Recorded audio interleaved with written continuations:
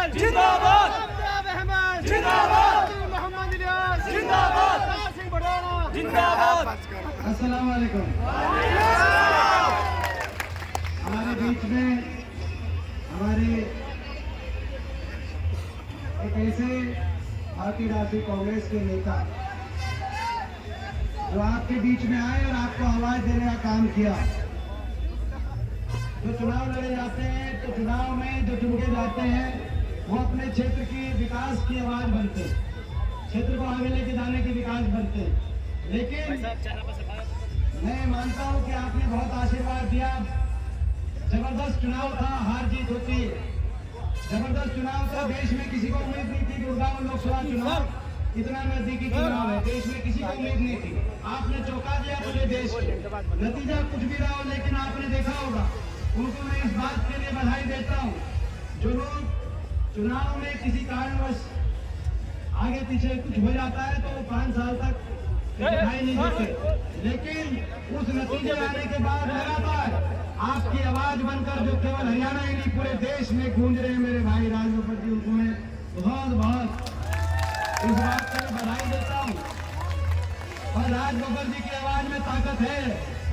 जब ये बोलते हैं तो बड़े बड़े गलत तो नहीं मैं कह रहा। आप देखो राजगोपाल जी की आवाज में इतनी ताकत है, बोलते हैं बड़े बड़े हिल जाते हैं।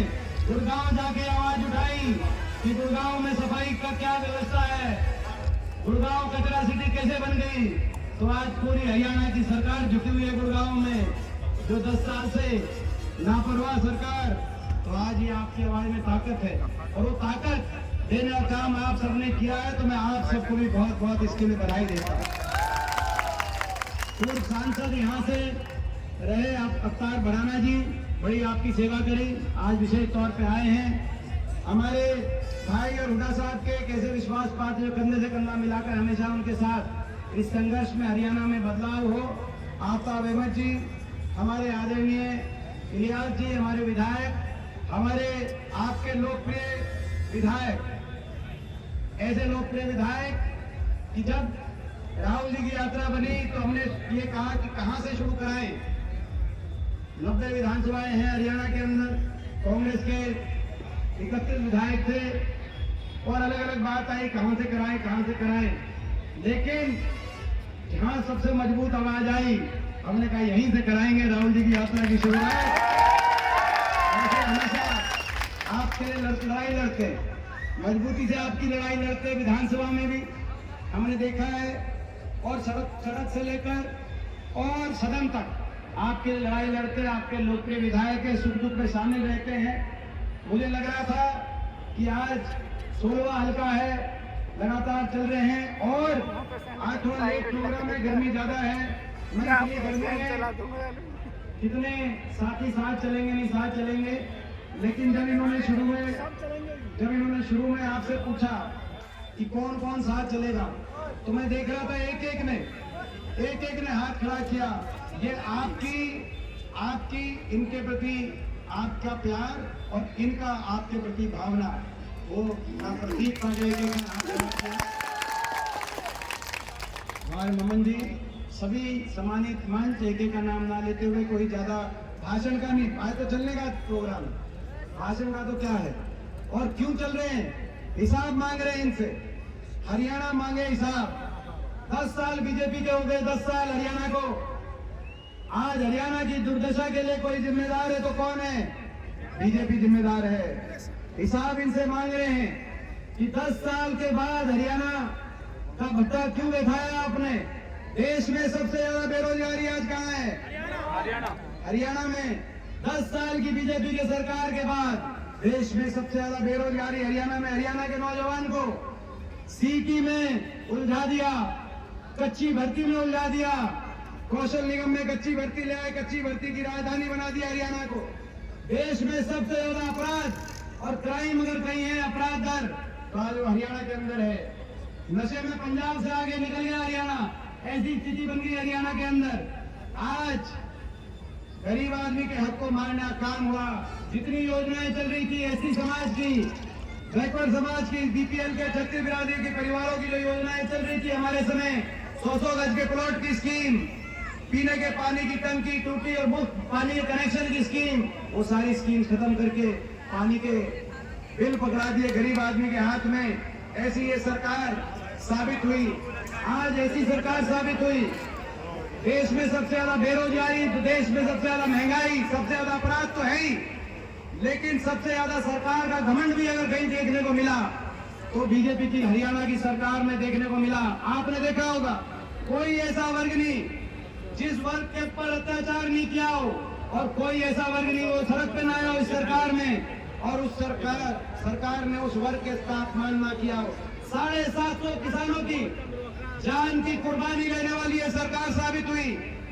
आपने देखा होगा इस लोकसभा में ये जो सेशन चल रहा है, परसों मैंने आवाज उठाई कि इन 750 किसानों की जान जिनकी कुर्बानी आपकी सरकार ने ली है, उनके परिवारों में कुछ ना कुछ रोजगार दें, कुछ सहायता करें। तो आपने देखा होगा शिवराज सिंह चौहान के केंद्रीय कृषि मंत्री उठ के खड़े हुए और मजाक उड़ाने लगे उन 750 किसानों का, और पूरा सारे बीजेपी के सांसद लोकसभा देखी थी कि नहीं देखी थी? देखा करो लोकसभा, सारे भाजपा के सांसद उनका मजाक उड़ा रहे थे। 750 किसानों की आप कुर्बानी का मजाक उड़ा रहे हैं।